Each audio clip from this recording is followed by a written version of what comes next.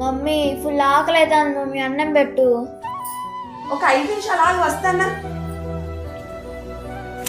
Mummy ఆ అన్నం పెట్టు మమ్మీ.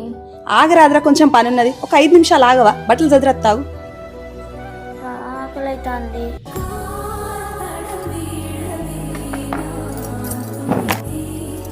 నైసి ఇగో అన్నం. పాప గింత అన్నమా అత్త? నేను తినలేనత్త. గీంత అన్నం తినవా? అందుకే ఇట్లా సన్నగా ఉన్నావు. ఎదిగే పిల్లవు ఇంత అన్నం మంచి కడుపు నిండా తినాలి. నేను తినిపిత్త పట్టు. నైస్గా రా, అన్నం పెడుతున్నా. తింటున్నా మమ్మీ. తింటున్నావా? అందుకే అంటారు వదిన, మేనత్త మేనత్త అని. ఎంతమంది అత్తలున్నా మేనత్తకు సాటి రారు. మేనత్త ఆ బంధమే వేరు.